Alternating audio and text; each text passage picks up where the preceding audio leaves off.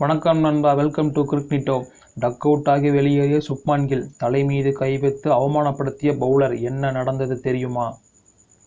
India மற்றும் தென்னாப்பிரிக்க அணிகளுக்கு இடையேயான இரண்டாவது T20 கிரிக்கெட் போட்டியானது நேற்று செயின்ட் ஜார்ஜ் பார்க் மைதானத்தில் நடைபெற்று முடிந்தது.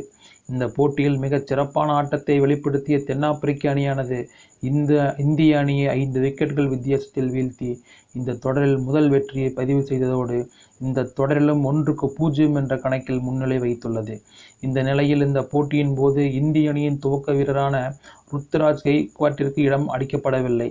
கடந்த ஆஸ்திரேலியா தொடரின் போது மிகச் சிறப்பான ஆட்டத்தை வெளிப்படுத்தியிருந்த அவரே யாஸ்வி ஜெய்ஸ்வாலுடன் களமிறங்குவார் என்று எதிர்பார்க்கப்பட்ட வேளையில் அவருக்கு பதிலாக சுப்மன் கில் களமிறங்கியது அனைவரது மத்தியிலும் கேள்வியை எழுப்பியது. ஆனாலும் தென்னாப்பிரிக்க நாட்டின் தட்பவெப்பநிலை காரணமாக தற்போது ருத்துராஜ் கெய்க்வாட் காய்ச்சலால் பாதிக்கப்பட்டுள்ளதால் அதன் காரணமாகவே சுப்மன் கில் களமிறங்கியதாக கூறப்பட்டது. இந்த போட்டியில் இந்திய அணி முதலில் பேட்டிங் செய்யும் போது 2 பந்துகளை மட்டுமே சந்தித்த நிலையில் சுப்மன் கில் ரன் எதுவும் எடுக்காமல் ஆட்டமிழந்தார். IPL தொடரில் அட்டகாசமான ஆட்டத்தை வெளிப்படுத்தும் அவர் சர்வதேச T20 போட்டிகளில் சற்று தடுமாறி வருகிறார் என்றே கூறலாம். ஏனெனில் கடைசியாக அவர் விளையாடிய 6 சர்வதேச T20 போட்டிகளில் ஒரு அரை சதம் மட்டுமே அடித்திருக்கிறார். மீதமுள்ள 5 போட்டிகளில் இரட்டை இலக்கத்தை தொடாமலேயே வெளியேறியிருக்கிறார். இந்த நிலையில் நேற்றைய போட்டியின் போது அவர் டக் அவுட் ஆகி வெளியேறியதும் தென்னாப்பிரிக்க வீரர் செய்த விக்கெட் செலிபிரேஷன் தற்போது மிகப்பெரிய அளவில் பேசுபொருளாக மாறியுள்ளது. மேலும் அவர் ஏன் அப்படி தலை மீது கை வைத்து விக்கெட்டை கொண்டாடினார் என்பது குறித்து தகவலும் வெளியாகியுள்ளது.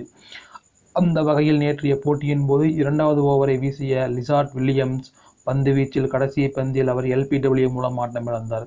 அப்படி சுப்மன் கில் ரன் எதுவும் எடுக்காமல் ஆட்டமிழந்து வெளியேறிய வேளையில் தென்னாப்பிரிக்க வீரரான லிசார்ட் வில்லியம்ஸ் அவரை கேலி செய்யும் விதமாக தலை மீது கிரீடத்தை வைப்பது போல ஆக்ஷன் செய்து அவரை கேலி செய்து வெளியேற்றினார்.